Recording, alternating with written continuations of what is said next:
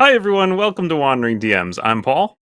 And I'm Dan. And on this week on Wandering DMs, we have Luke Gygax as a special guest. And of course, Luke is executive manager of GaryCon coming up in a couple weeks. He's president of Gaxx Worx. He's the creator of a whole bunch of adventures and campaign worlds.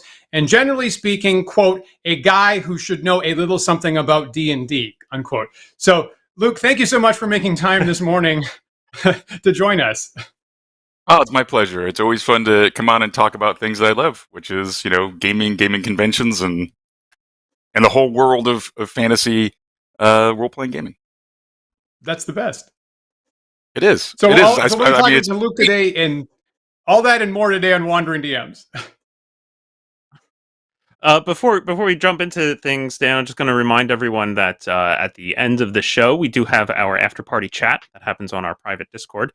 If anybody who's interested in joining in on that happens 2:00 Eastern here, and you can do so by joining our Patreon. That'll get you at any of the levels. That'll get you access to our private Discord. You can find that at patreon.com/wanderingdms. Yeah, we love that. And also remind people, if you're on YouTube, we have the super chat available on YouTube. So if you have a question for Luke, feel free to super chat that, and we'll make absolutely sure to get that on screen for Luke to respond to. So what do we get? This is GaryCon, what number at this point, Luke? If you can believe it, it's already GaryCon 15. It's really hard for me to process that it's been that many years. But yeah, my for those of you who don't know, GaryCon is a memorial convention that I hold in Lake Geneva, Wisconsin, the birthplace of D&D, and also the birthplace of me. And it's in honor of my dad. He wrote Dungeons and Dragons in our little tiny home on 330 Center Street in Lake Geneva, between 1972 and 1973, published it in 1974, and I've been playing since probably 1975. I think was my first game, just as a kid. I was rolling dice, but what does that do? I pick up the dice, great. I hit it, which is great. I've done that with my kids, and it's pretty exciting stuff. But anyway, my dad passed away March 4th of 2008, and we hold. Anyone who's experienced the death of a parent knows just kind of how horrible and traumatic that is. No matter if you're prepared for it or not, it just is one of these events that it changes your life.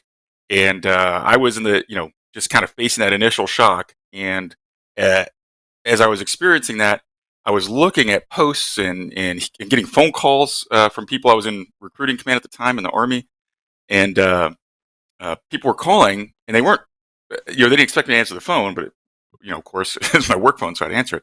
And it was people, like senior officers and stuff, just saying, "Oh my God, I grew up playing D&D, and I am so terribly sorry for your loss. It feels like somebody, someone that's close to me passed away. There's somebody that's important to me passed away. Although I never met your dad, Dungeons and Dragons was so influential in my life. I feel that I have a debt of gratitude to your father." And it began to dawn upon me that D&D was more than just a really cool, fun pastime, that it changed people's lives. But needless to say, I realized, some folks were hopping in cars and driving to Lake Geneva from across the country. And I said, well, we got to probably do something, have something for these people who are going to just show up, right, to Lake Geneva. It's not that big of a town. There's not that much to see. So I rented the American Legion Hall, and my brothers and sisters helped me put together a little gathering where we played the D&D cartoon. We had a podium up where people could share stories about my dad, and everybody played games. We brought dishes to pass, and had a beverage of their choice, and shared stories about my dad. And it was just a great time. And Harold Johnson said to me, "Hey, Luke, this was wonderful. You should do this again next year." And Jolly Blackburn happened to be there, and he's the author of Knights of the Dinner Table, which just had their 300th issue, by the way. Where that they'll be celebrating that again. Yeah, that's quite a milestone.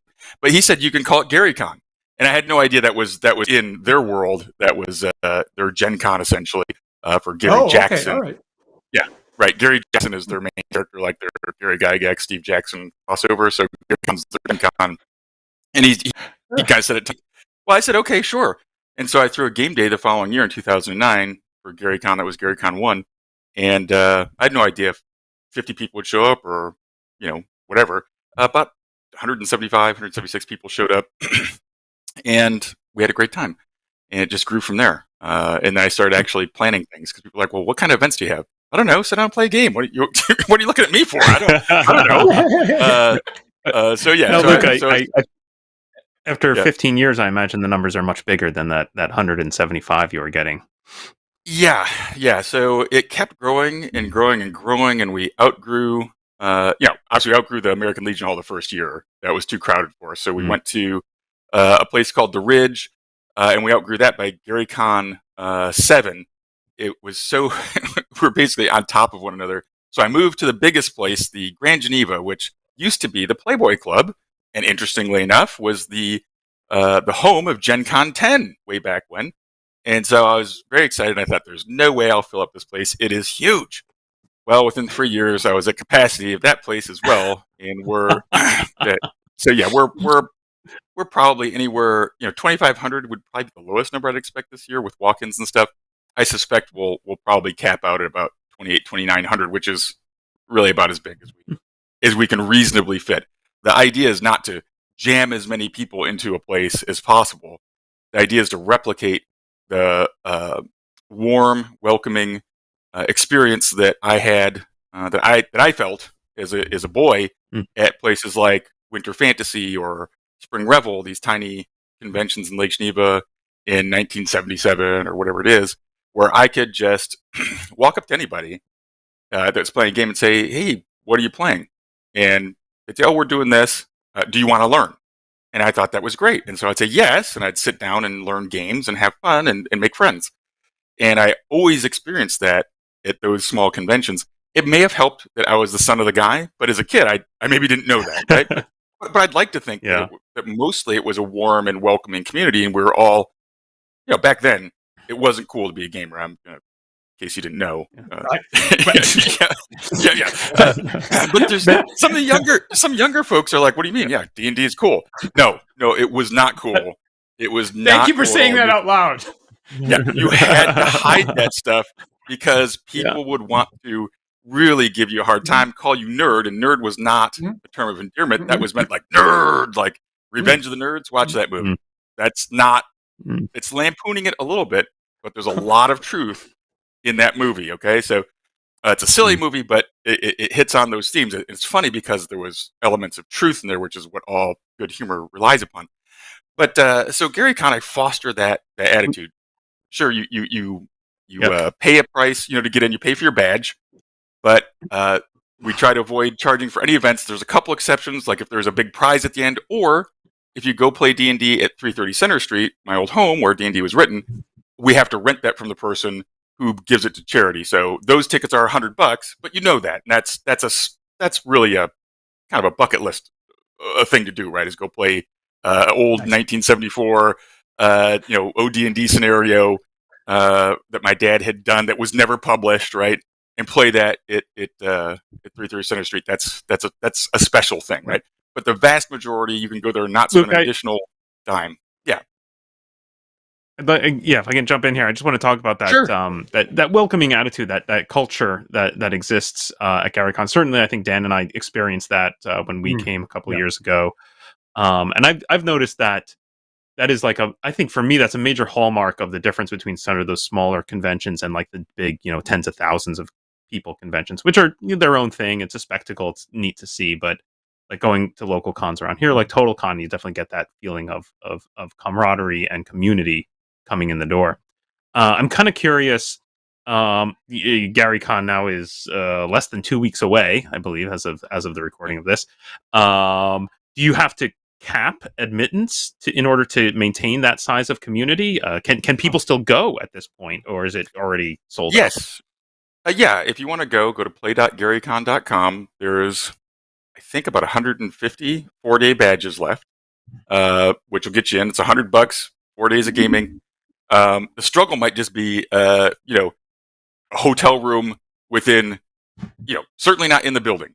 So, but if you're willing to drive 10, 15 minutes, there's numerous hotels. It's a resort town, and this is not peak period. Obviously, in March in Wisconsin, not the greatest time to go for the weather. However, it's a great time to be inside playing games in a beautiful resort. So yeah, you absolutely can do that. I would encourage you to come sooner. If you can come this year, come this year. It's Larry Elmore's last year that he's going to any convention. This is the only convention that Larry goes to anymore. And he said, probably it's for sure the last time he's working a booth. He's bringing his wife, Betty. He said they haven't worked a booth together in about 20 years. But he said, the last booth I work, I want to do it with Betty again. And so he and Betty are going to work the booth. He's going to do a signing with Joe Manganiello. They're going to sign the Archon, Prince of the Archon, painting that he did. And you just never know, who's going to be able to make it next year and who's not. Jeff Perrin's health is not very good. He's the co-author of Chainmail with my dad. Mike Reese did Tractus with my dad. He's, had some health problems. As people may or may not know, Luzaki, who won the Gary Gygax Lifetime Achievement Award last year. He was the first kind of dice slinger in America, and game science dice, very important fellow. I remember him as a kid. He used to do like a magic show, like a ventriloquist dummy, and play a saw. It was terrible, but Lou's a great guy. He was also a Air Force veteran, retired Air Force, retired enlisted guy from the Air Force, and was a colonel in the state military reserve and down south. So anyway, Lou's a good guy.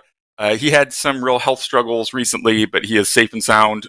People were worried about him, but I got the word he's safe and sound with family. So life is good there.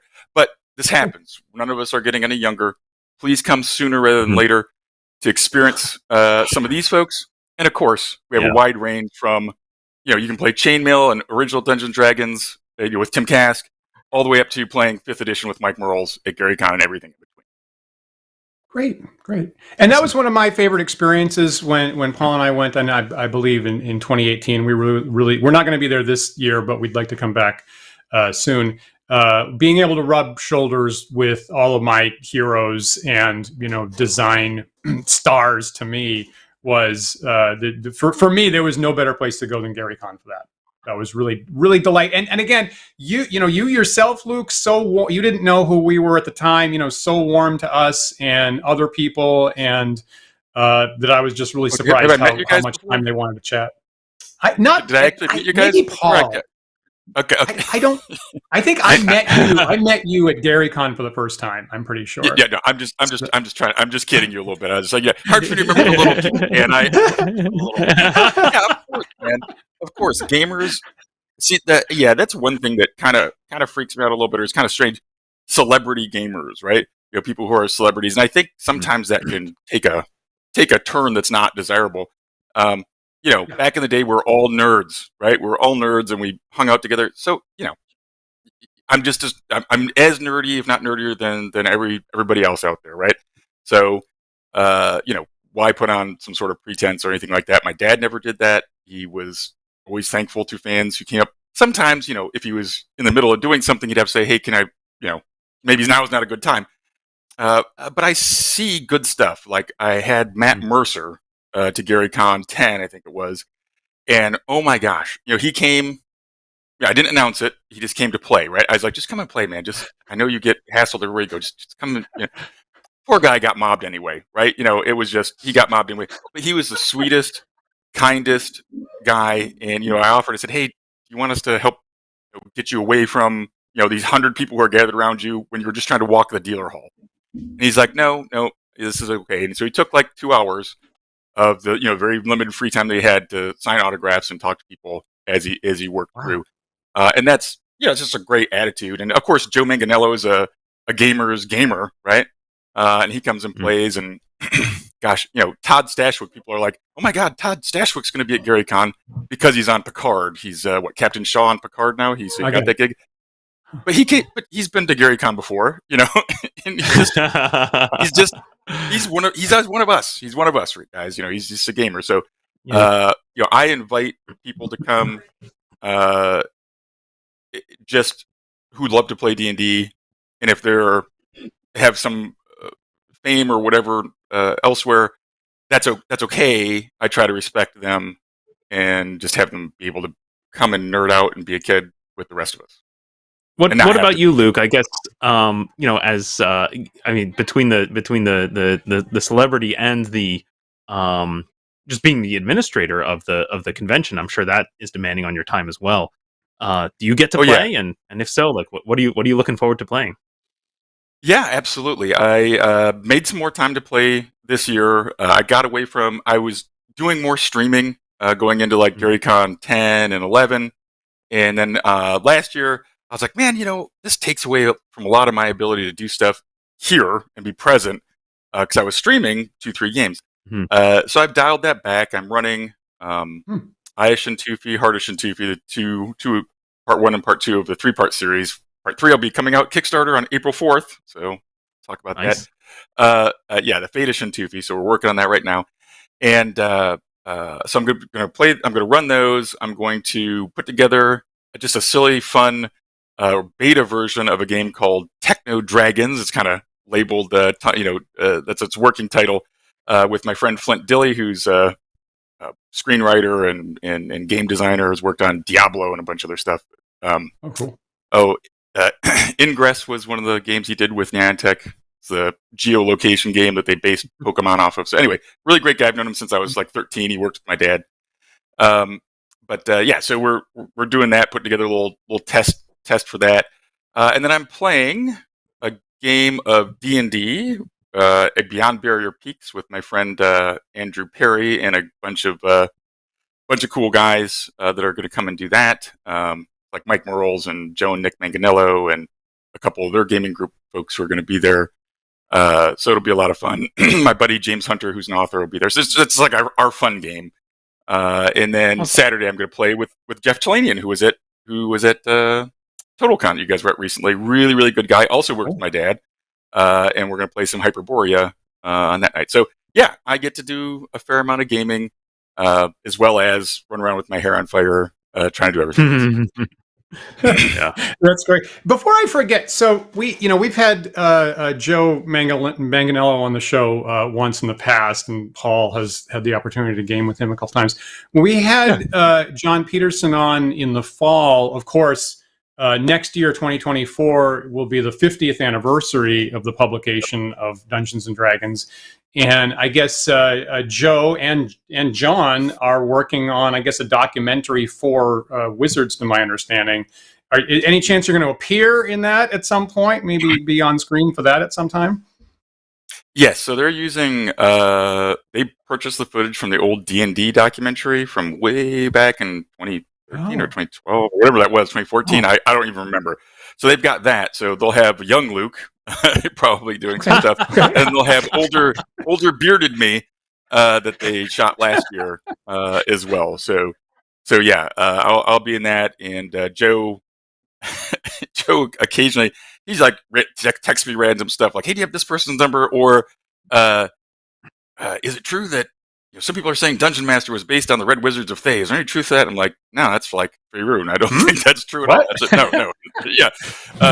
But those are kind of some just like, I think he's just winging those ones off at me. But then he'll sometimes text or I'll be able to chat with him, and he'll talk about the people he's interviewing. And he is so enthused because him and his brother Nick are working on it along with our buddy. Oh my gosh, I can't believe I'm forgetting his name. That's Newman, Kyle Newman. Kyle Newman, of course. I've gamed with Kyle. He's a friend of mine. I feel like a terrible for losing that out of my mind. Kyle Newman, director. Yeah, Newman. Yeah, Kyle Newman and Joe are directing, and of course Nick helps Joe produce everything. So as an aside, I'm like 6'3". And not a small guy. And I got a picture, it's up on my social media, on my Instagram, Facebook, where I got finished up the interview and I'm standing with Nick on one side and Joe on the other. Nick is 6'7" and Joe is 6'5". I'm like, gosh, I look like a midget in here. What's going on? I look like a little guy. That was pretty fun. But no, great folks. They'll be at GaryCon with a bunch of people to shoot the 50 years of D&D or whatever that's called. So yeah, they will be doing that at GaryCon. Cool. And yes, I'll definitely be in there. And I had like probably 3 hours of interview with him and a couple hours with the guys before. So I'm sure they'll be pared down to a few minutes. You know how it is.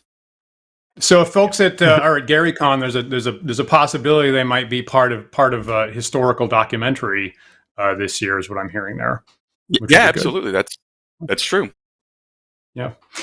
Okay, so you just brought up where did Dungeon Master come from? And for what it's worth, I was rereading the Elric stories recently, and I realized that there's a title in there called the Dragon Master, and it's capitalized the same way. And I'm like, is it possible that Dungeon Master is possibly a little bit of a riff on the Melnibonian Dragon Master, possibly, which at least did predate it. Yeah, that's entirely possible, because look at Appendix N, right? My dad said, "Hey, look, I stole a bunch of ideas from here. I was inspired by." Yeah. There's no new ideas under the sun, right? So it's not like he just sat down and said, "Let me dream up all this cool stuff." No, he was consuming stuff, combining things, working on it. That's the creative process, right? You combine ideas and things in different ways, unexpected ways, things that haven't been done before, and you get cool stuff. So yeah, very well could be. He wasn't a huge fan of Elric, though. Just FYI, but he did. Okay, all right, okay, interesting. It's one of the few things named in Chainmail, right? He names Conan, probably John Carter, and Elric's in there. So that's an interesting take. Found it interesting, but I don't think he liked Elric. Nobody likes Elric, right? Does anybody really like Elric? He's kind of not the greatest hero. In the original stories, you shouldn't. You really shouldn't, right, from the original stories. I read him, and I kind of didn't care for him either. Yeah, it's kind of like George Martin, because I'm so mad at that guy. I'm sure he's a great dude, but George R.R. Martin. But I read his books, and I was so enthused when I was reading them. I know he's a real person, Elric's basically, but I'm just frustrated with killing all those cool characters. I'm still mad at George R.R. Martin. I was so mad when I read the Red Wedding. I was like, "No, you didn't." And I was like, something's good has got to happen. Okay, this is the big twist, and then he's gonna turn it around. Nope, he didn't turn it around. I was like, okay, I'm done with it. And I put those books down, and I didn't read them anymore, and they're sitting back on my shelf. But I of course enjoyed the HBO series, because I thought they kind of saved George from himself in a way, and added a little bit more high fantasy. I felt it was too low fantasy for me. But anyway, this is not a Game of Thrones interview, but yeah. 100 DM's literary criticism. We're influenced. Yeah, we'll read stuff and we're influenced, right? Elric was kind of he had a lot of flaws, right? He's not. Well, John Carter of Mars didn't have too many flaws, did he? Right? He was just kind of a hero, right? And Conan, Conan. His flaws were he liked to party too much and was a waster with his money, like bad money management, right? But other than that, he wasn't necessarily a bad guy. Whereas Elric kind of weaselly. Yeah. In the deities and demigods book, when he gets statted up, they give him chaotic evil alignment, and I'm like, that's at least arguably defensible. So that's when he appears in the first story, he just destroys everything. Everything's gone by the time he comes through. I read in your bio, I didn't realize this. I have in your bio that you collaborated with your father on crafting the barbarian class in advanced D&D, which to my reading has always been, a clear homage to Conan. Actually, what do you remember? What pieces you added to that class? Actually, I literally playtested it. He said, "Hey, sit down, kid." And in his den, and he's like, eight dice and roll it. He's like, okay, that's like your strength or whatever. Take 7 dice and roll it. That's your con. Take 6 dice and roll it. That's your dex, right? Pick the best ones. And take a 12-sider and roll your hit dice. And I rolled a 12, so I had 20 hit points. And an 18 con and a 12 on the die, which I naturally rolled. You watch me. Usually my die roll is horrible. So that's why this is special. But normally I can fail at anything. But I was hot that day. And that was Queg the Frosty. Queg, Queg the Frosty was the first barbarian character rolled up. So I was in Greyhawk, and I just went on adventures like Conan, gotten some hijinks and stuff like that, and just had a lot of fun playtesting the various rules that he had kind of penciled out or whatever. And I'm sure he adjusted based on how things went as we were playing. But again, I was 10 or something, or 11, I don't know. I was a kid. Great. That's a great thing for a 10-year-old, frankly. That's how you ought to start, is with that kind of character. Yeah, it was great. My first character was a ranger, Otis the Ranger. I played him in a very, very early version of Hamlet, and I was they hired back then. You would hire men at arms to accompany you on an adventure, right? Because it was pretty deadly, and if there was like 50 kobolds or something, you needed some extra swords.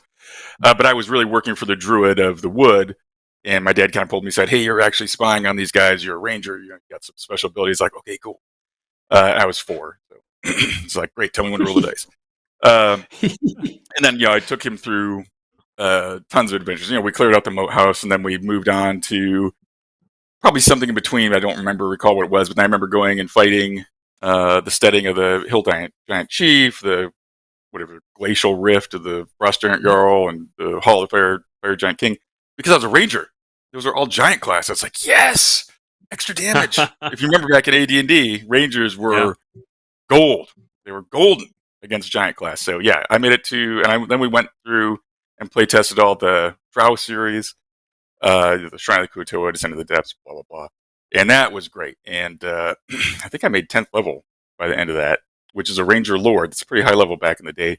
I still remember this, guys. This is back in my day, young gamers. So there was all this cool drow magic items, right? And my dad was very parsimonious with magic. Just FYI, it was not easy to get, and take every chance he could to destroy it by making you roll saving throws for it when you failed your area of effect damage spells. But there was all this neat stuff, and I was loaded down with all this drow gear. It's like, yes. And of course, we get out, we're celebrating, we have a great time. We wake up the next day, it all looks kind of, it looks a little different because it's all threadbare and worn, and it's not, So it was all, the sunlight had touched it. It lost all its magical properties, right? Yeah. One of the designers, I think, in 3rd edition, really criticized that. Right. I kind of liked, I actually, as a DM reading that stuff, I actually kind of liked it of here's a whole bunch of stuff that you get to play with for a short amount of time, and then it goes away, doesn't break the rest of the campaign. And I remember there was a 3rd edition designer that really harshly criticized that. And I'm like, no, don't take that away, man. That's interesting and novel and unique. I don't mind that. Yeah, it's fun. I mean, what's the whole point of adventuring? If I have millions of gold pieces, tons of magic, what's my motivation? What's my motivation to go adventuring? Right? Why? Why would I bother doing that? I'm gonna retire, and I'm gonna be fat and happy, right? So you got to keep him hungry. Conan, when he made a big score, what happened to Conan? Somebody robbed him. Right. Yep. And then, I gotta go figure another heist because I got to keep the adventure going. Duh. So that's why there's training costs you gold pieces. Magic items, doing that research for spells, all uses up your resources. Why? So you have a reason to go to work. Otherwise, if you just have piles of money sitting around, what's the point? You got to take some of it away. And I did get my revenge. So I did a little adventure, pretty big adventure called this Lost City of Gaxmoor with my brother Ernie way back when he was running the hobby shop for Margaret Weiss in Lake Geneva. And he needed 3rd edition had come out, and they needed somebody to run a game at the shop. My brother didn't want to learn the rules, so he said, "You DM." I was like, "Okay." So I learned the rules, and we co-created this thing. And my buddies at Troll Lord Games, Steve Chenault, said, "Let's publish it." I was like, "Okay, sure, we can do that." And my dad jumped in and was part of the group and was playing, and so he was playing Tempros Granger, which was like an old Imperial captain, sort of kind of basically pushed forward in time, more or less, from like the Roman Empire.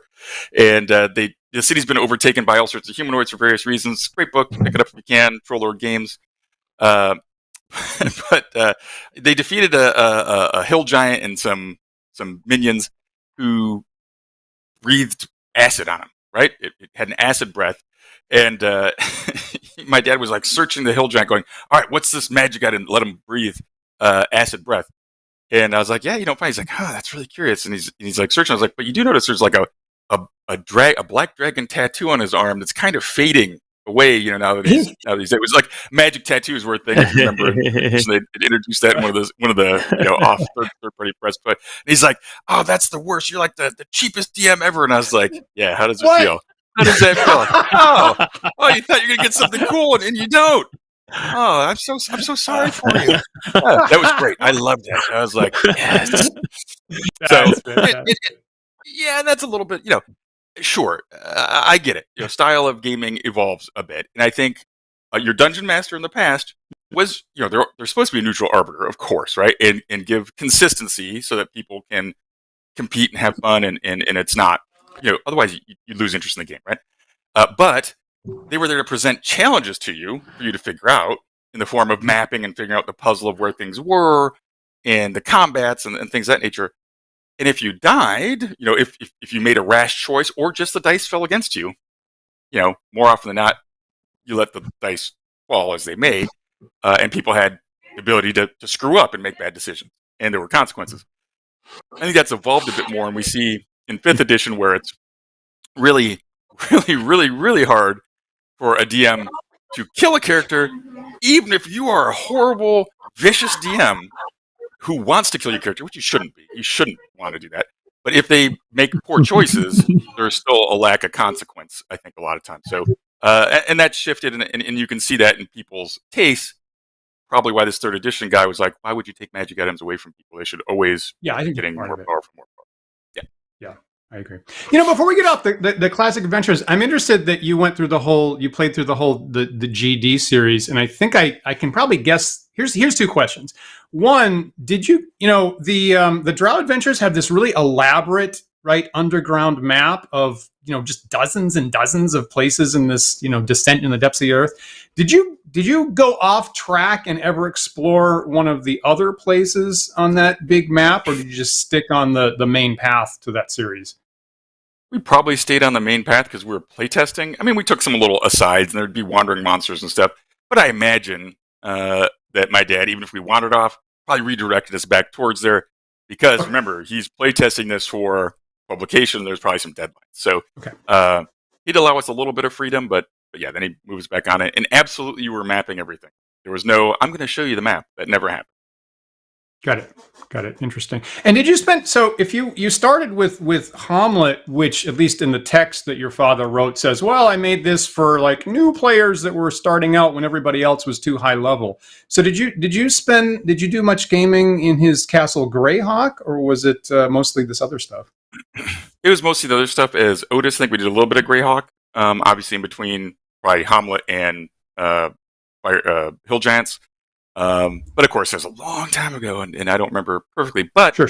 When Otis met an ignoble end, and I was probably 10 or 11 at that point, I rolled up another character and ended up taking Melf the elf, on a series of adventures in Castle Greyhawk, where I might recall those a bit more. And that was a lot of fun. And that was more your classic dungeon style of kicking open doors and relatively random combats in dungeon delving. And then of course, with him, I also play tested. Probably the biggest one I play tested was S04, Lost Caverns of Sajkanth, along with WG1, which was an aside, the Lost Temple of Thrisden, and through the Looking Glass, through the Magic Mirror, and Dungeon Land. I did those. So yeah, I did a bunch of those as Melf, and some just great adventuring.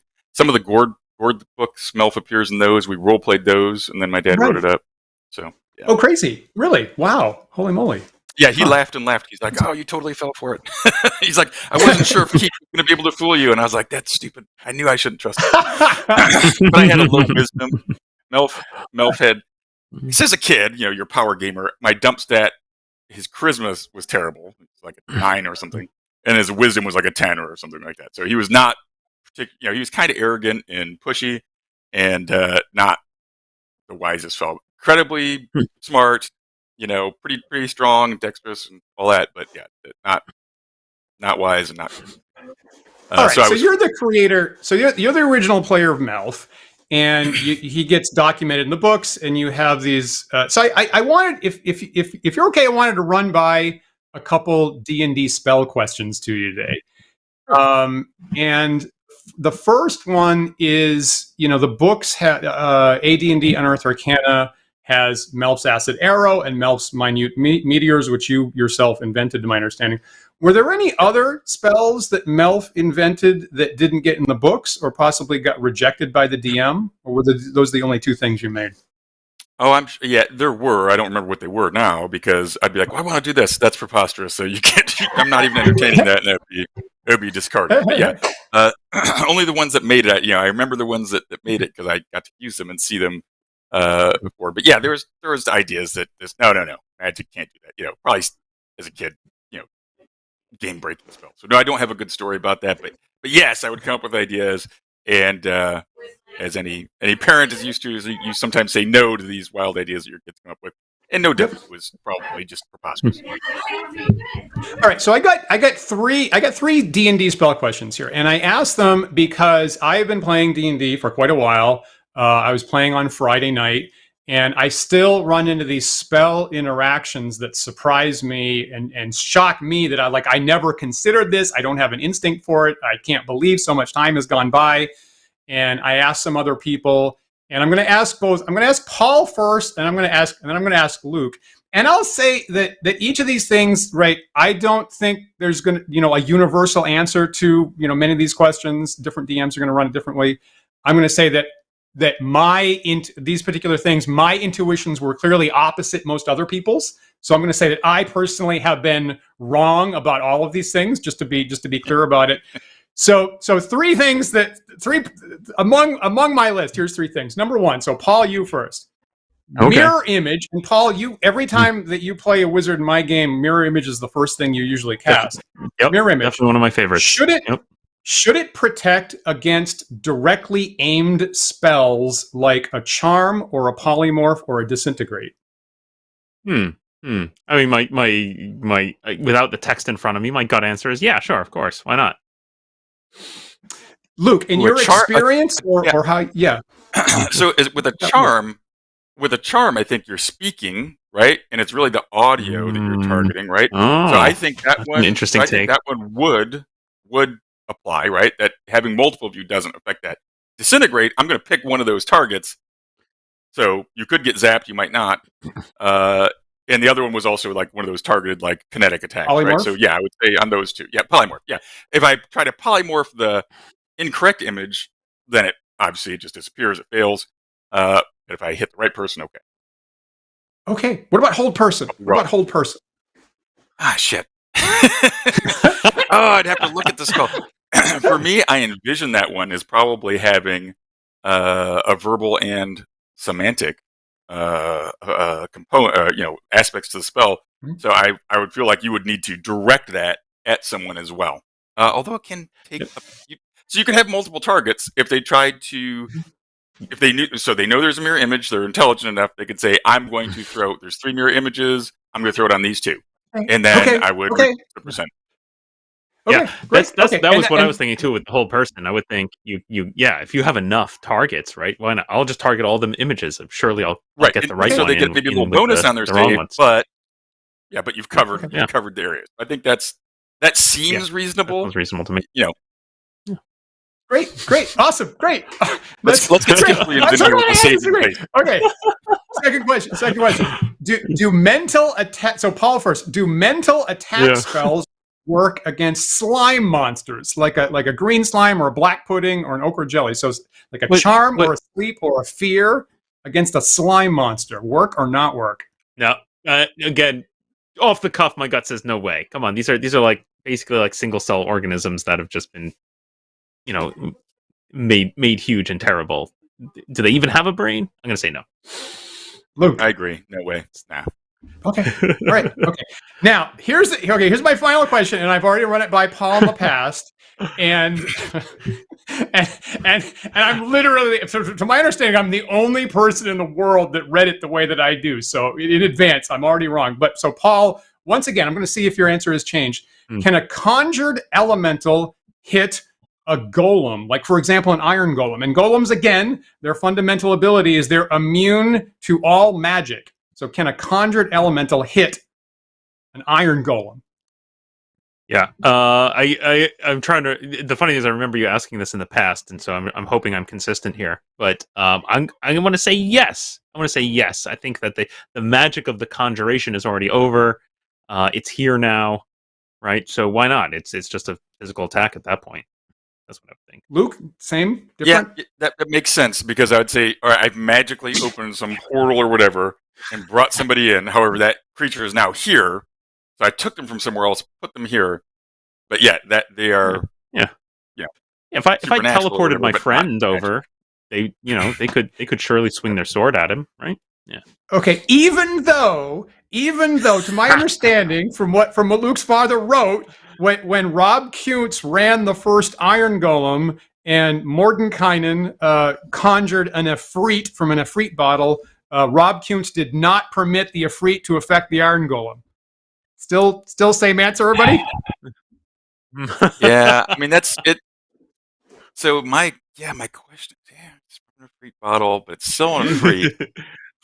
Yeah, I don't know. Rob might have gotten that wrong. Rob was probably like 15, and I know they had a pretty adversarial relationship, and so he was probably trying to get back at my dad for something he did to Robilar. So there might have been some personality involved there. So I think Rob, if that's the case, I think Rob got it wrong. The magic is the bottle that the Efreet is contained in and then can be summoned from, but then the Efreet's an Efreet. Now, if any Efreet couldn't hit the Iron Golem, then yes, that's totally fair. But I don't see like that they're necessarily like a magical creature. If I made an illusionary creature, an illusionary fire elemental, and attacked it, no, it does 0 damage. It cannot affect this thing. Fascinating. Because that I'm so glad I asked. Illusionary, right? That's great. That's great. how I would do it. So glad I asked. That's awesome. Thank you for fielding that. And again, you know what you guys is apparently the common answer, and I was just way off. I was way off in left field on all of these issues. So I really appreciate people helping me out personally. Is good. That's okay. I'll tell an embarrassing story. I was running an adventure in Okkorim, Search for Darwa's Temple, probably like 2015 or something like that. One of the first ones at 1E. I did it as a 1E module, and they were being attacked by like some, some scorpions that had this terrible poison that it doesn't kill you outright, but it does cumulative damage. So like for like 5 rounds, it'll be like 1d4, 2d4, 3d4, 4d4, 5d4 of damage. And so if you neutralize poison or whatever, you're, it's not, but it sucks. It does some damage to you. Also disrupts spell casting, right? Because if you take damage in first edition, no spell casting. So anyway, the magic user threw up a wall of fire in a ring around himself, right?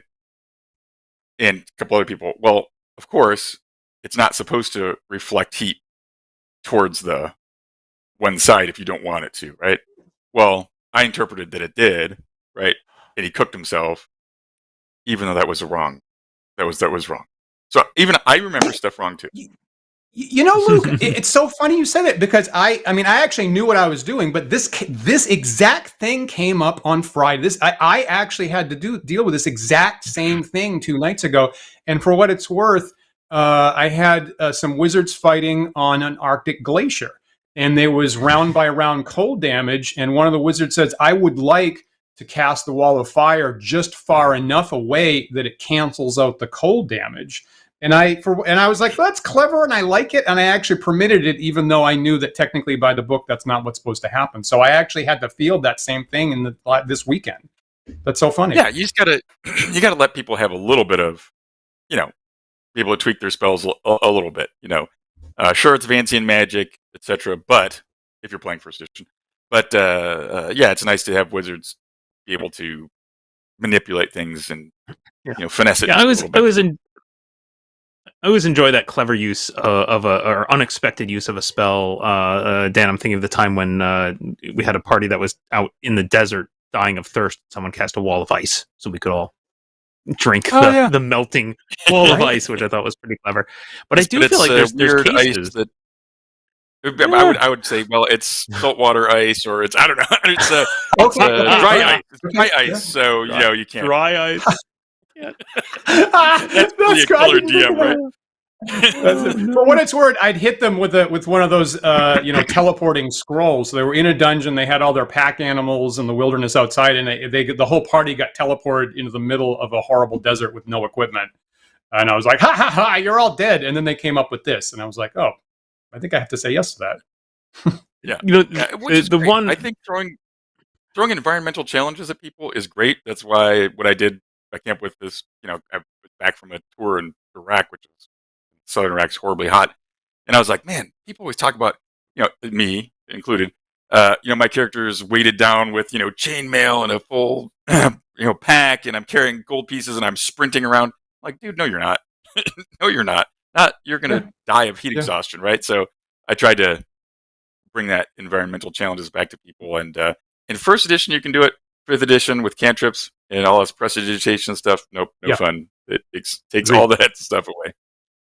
Agreed. I'm curious, Luke, if you have any insider memory on this one, because this is one that Dan and I have talked about a lot, and we kind of have interpreted. The spell that always bothers us is silence, and specifically because when we look back at it, it looks to me like the original intent of the silence spell was to be sneaky, right? Let's be quiet and sneak around. And at some point, it started to become an anti-spellcasting spell. Is that your memory of that, or was it always an anti-spellcaster spell, or you have any insight into the silence spell? Oh, somebody silenced me. Sorry about that. I totally fell for it too. I was like, oh no, Luke's audio cut out. I saw that happen. I saw him reach for control. I couldn't resist. Well done. I think honestly, I can't give you a fair answer on that. If it started off as a sneaky spell, undoubtedly it was rewarded for good play. If the spell was too powerful, my dad probably would have nerfed it, right, through playtest, and he didn't. So I think it was meant to, it does have a radius, right? So you can step outside the radius, 50 silence radius. So I think it was meant to make casters' lives more difficult because, boy, they're pretty powerful.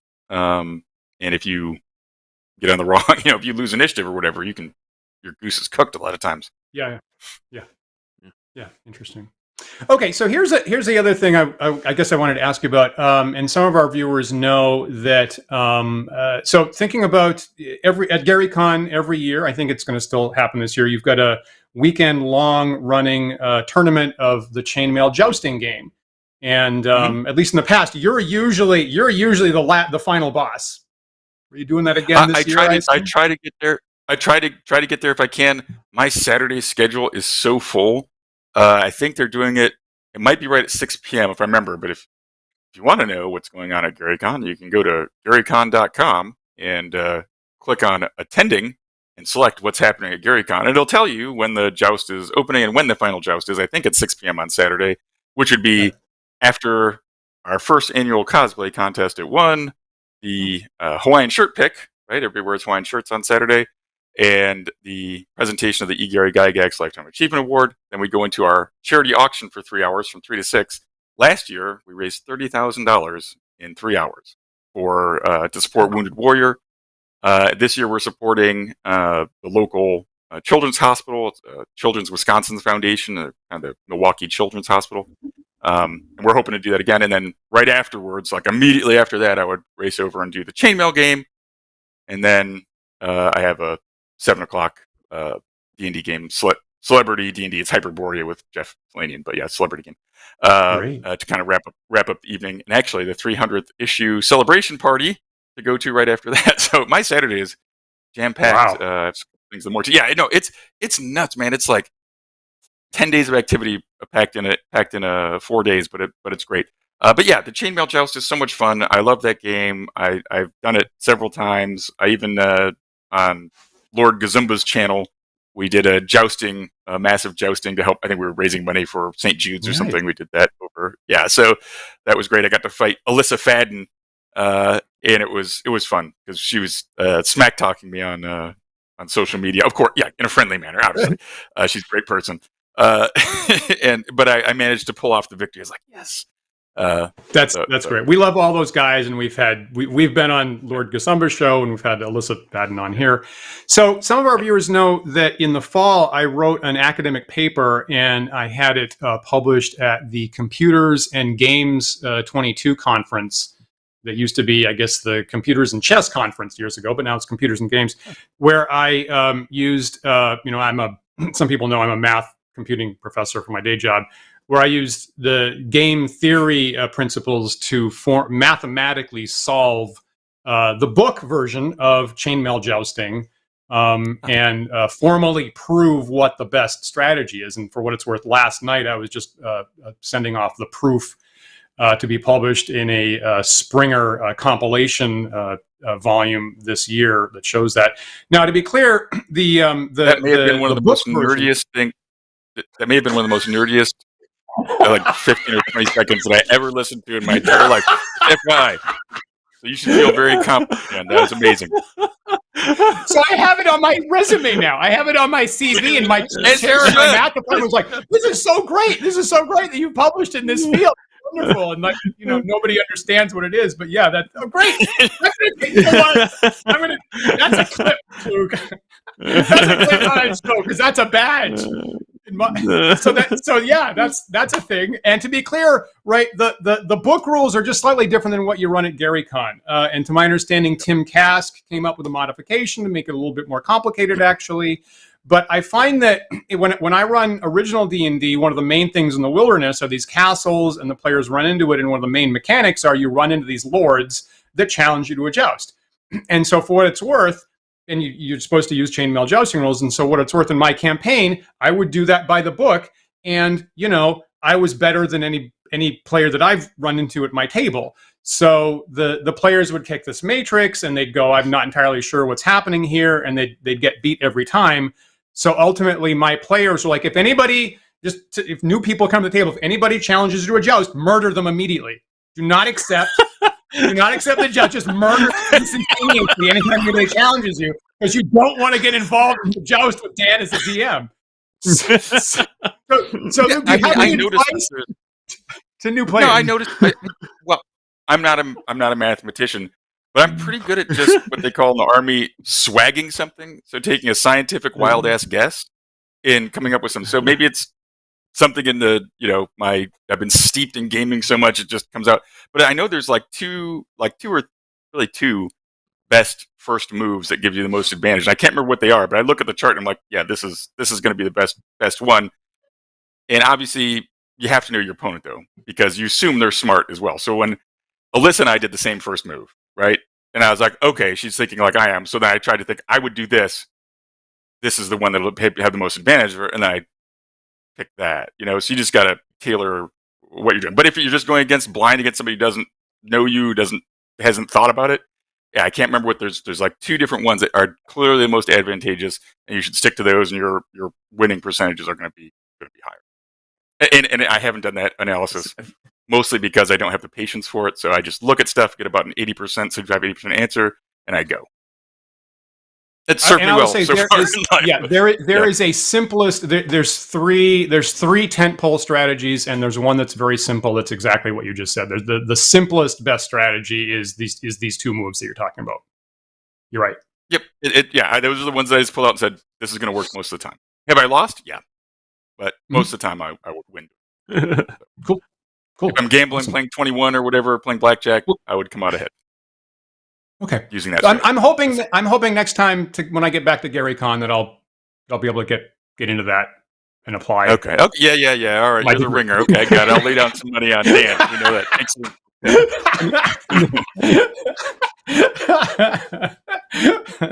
We are really just about out of time here. So yeah. Oh my God! It went by so fast. Here's a short question, and okay, so I have two questions here. So here's a short question that we've asked a couple times. Are you aware, to your knowledge, are there any recordings? Well, now I have to do a second one. So are there any recordings of your father running a game session, either audio or video? Oh, there has to be, man. But I can't think of one offhand. Yeah, right? None of us thought to do that, which is really incredibly stupid now that you say it. This is what we've said multiple times on their show. If Yeah. anybody knows of this, please tell us, because at this point, this question occurred to me like 2 years ago, and we've been hunting around and asking about it, and all of our reactions are just like yours right now.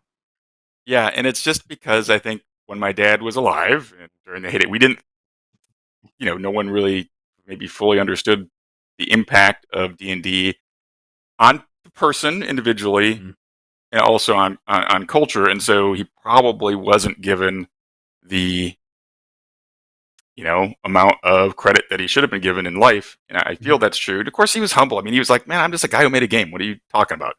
I'm so lucky that I get to share this with everybody." But I'm a put my pants on one leg at a time person, just like you, and I just got super duper lucky in doing this, which is partially true, sure, but he deserves some credit. It's pretty groundbreaking and revolutionary, and uh, a, when was the last time a genre of games was invented? Hundreds of years ago? Yeah. So it's a pretty big deal.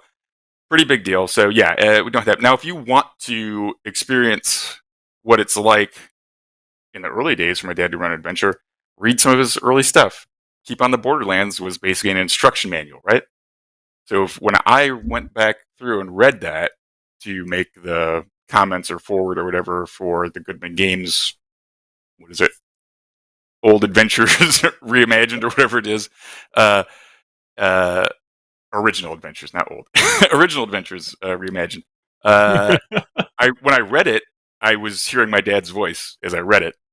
And I was like, wow, this is exactly the way my dad would have run stuff, right? So for me, that helped. And also reading things there was a compilation of his forum posts from, EN World, I think, called Cheers, Gary. Yeah. I don't think you can find it anywhere. It's Ian World Q&A, I think is what it was, yeah. Yeah, Q&A, right. And it was Cheers, Gary is what the title was. I have it up there somewhere. But reading that is also like listening to my dad talk. So that will give you that's a lot of insight. Those are some source documents that you could read and kind of get. But no one has done that. So maybe sitting down and running with one of his original group, like a Jim Ward or me or my brother or Rob Kuntz, maybe as close as you can get. Mm-hmm. Cool. And here is the final question, because Adam Dravian super chatted this on YouTube, and I'm interested too. How did your father pronounce the name of the demon god Ayaz? Ayaz? Eaz? How did he pronounce it? Yes. Eaz. There you go, I know Adam. people say Ayuz, and that sounds grosser. So I applaud you if you want to call it Ayuz. If you want to call him Ayuz, you can do that. That's what I did. I was wrong again. That sounds like more icky, right? I'm like, ooh, it's Ayuz. I don't like that guy. He's gross. Drippy stuff out of his eye. Yeah.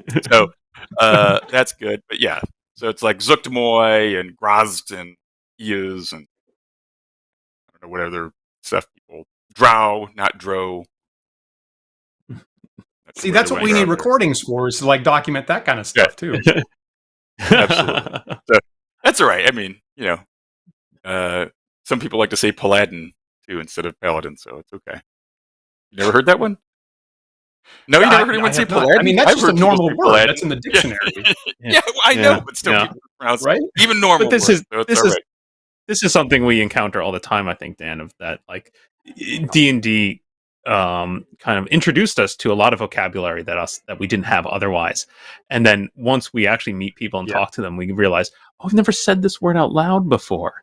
I've internalized it and used it and thought of it a lot, but I never actually had to say it. I'm pretty it's so true. Thaumaturgy didn't have a lot of, wasn't in play very much. He had an old 1880 something unabridged dictionary they'd leaf through and pick out strange words. Pop Lollies and Belly Bones was a book he'd pull things out. The Superior Person's Book of Words he enjoyed. So he purposely went out of his way to find words that were not used much, and he enjoyed being able to make people pull out a dictionary and learn new words, because he thought words had meaning and words had nuanced meaning, and it was better to have more words with more nuanced information when possible. So, I kind of love I guess that's where you get high Gygaxian from, right? Isn't that the term? I kind of love that. Yeah. Nice. Yeah. Well, But we're about definitely out of close time here. now, so I'm gonna have to. Yeah. Gotta We cut us gotta off. talk a little bit about this stuff, though, man. What am I doing now? Besides GaryCon, Yeah. What are you doing? Well, it's funny that you should ask me that, Paul. So when I retired from the Army in September of 2022 and decided, hey, I'm going to try creating games. I've been writing for GaryCon, just for GaryCon, not really publicly. And so I got together with a friend of mine, Matt Everhart, who's an Air Force officer. Despite that, he's still a good guy. And we wrote Eye of Chentoufi together for 5e, and that was for GaryCon. And we're like, hey, why don't we just kickstart this? So we did the second one, the Heart of Chentoufi, kickstarted that last year. Had a pretty decent success. 500 people backed it. I've run it multiple times, and people loved it. We got the Fate of Chentoufi coming out, kickstarting on April 4th, and you can obviously just go to Gaxx Worx right here, GaxxWorx.com, and you can sign up to be informed of what's going on. And take a peek at our Kickstarter page, which I activated yesterday. So you can take a peek at that and hopefully back us. And we'll have more stuff coming. Strange and Grim, a diesel punk setting will be coming out soon, and a primer for my World of Okkorim. So that's all on the plate this year. And I know you guys gotta go, but come to GaryCon if you don't see me there. I'll be at Gen Con, Tucson Comic Con, UK Games Expo, and Game Hall. Awesome, folks! If you're viewers, if you're looking for those links to Luke's work with Gaxx Worx or Kickstarters, all those links are in the description below. So go ahead and check it out. Totally. And remember that you can follow us, the Wandering DMs. You can follow, subscribe to us. We are on a bunch of social media. We're on YouTube and Twitch and Twitter and Facebook and GitHub because we're coders, and TikTok. And we have the handle of Wandering DMs on all of those sites. So please follow us there, and you'll see updates on upcoming shows. The next time Luke is here and other great guests. I want to see your TikTok. I want to see you guys do some of those dances. That's what I want to see. The Wandering DM dance. That hasn't happened yet. Not yet, but that's gold. That idea is free. Bam. We're working on it, though. Okay, good. Yeah. Okay, we'll do that.